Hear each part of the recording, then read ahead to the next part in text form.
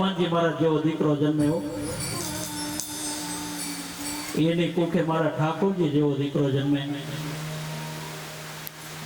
અને જેમ મારા હનુમાનજી મહારાજે મારા રામની સેવા કરી લીધી ને, એમ તમે જો તમારા મા બાપની સેવા કરી લો ને, એટલે કે મંદિરે નહીં જવું પડે. તમે જો તમારા મા બાપની સેવા કરશો ને, એટલે કોઈની માળા નહીં કરવી પડે. મારા બાપ, તમે જો તમારા મા બાપની સેવા કરશો ને, એટલે સ્વયં મારો હનુમાનજી મહારાજ તમારા દર્શન કરવા આવશે.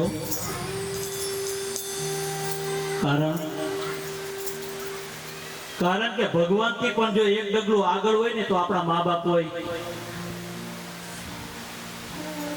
મા બાપ જીવતા હોય ને ત્યાં સુધી એની કિંમત ન સમજાય, પણ જયારે એના મા બાપ છબીમાં સમાઈ જાય ને, પછી બાપની કિંમત સમજાતી હોય છે.